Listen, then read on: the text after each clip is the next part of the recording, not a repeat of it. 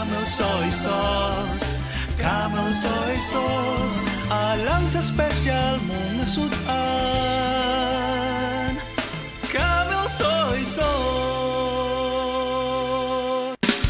Camel, sukang puti, sa sudan mo palami. Camel, sukang puti, anita na ang sekreto, ang sekreto.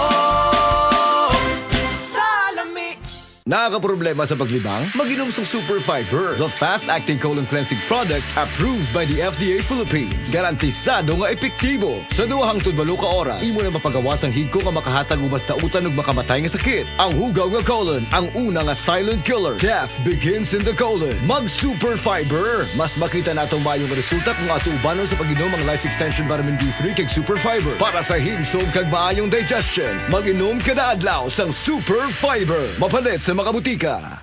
Ang respiratory diseases usa sa nagunang hinungdan sa kamatayon dinhi sa Pilipinas. Busa siguraduha nga himsog kanunay ang imong baga aron makalikay sa mga sakit sama sa lung cancer, COPD, tuberculosis ug uban pang sakit sa baga. Uban sa saktong diet, exercise ug pahuway, pag-inom og Vitalungs capsule. Kalami magkape, pero dapat good ang kape nimo healthy. Parehasan ning Vita D Plus Coffee Mix. Nibalik na ang imong paborito nga pinakauna nga kape nga na ay vitamin D3, reishi mushroom ug mangosteen fruit extract. Aromatic na ug lami pa. Pwede jud siya sa mga naay diabetes. Vita D Plus Coffee Mix. May kape na ka, na ay vitamin D3 pa ka.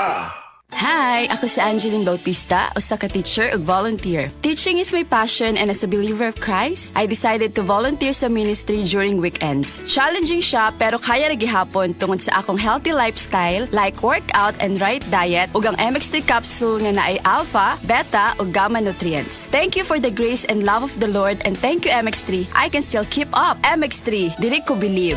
Mahalagang paalala, ang MX3 capsule ay hindi gamot at hindi dapat gamiting panggamot sa anumang uri ng sakit. Be extraordinary with MX3.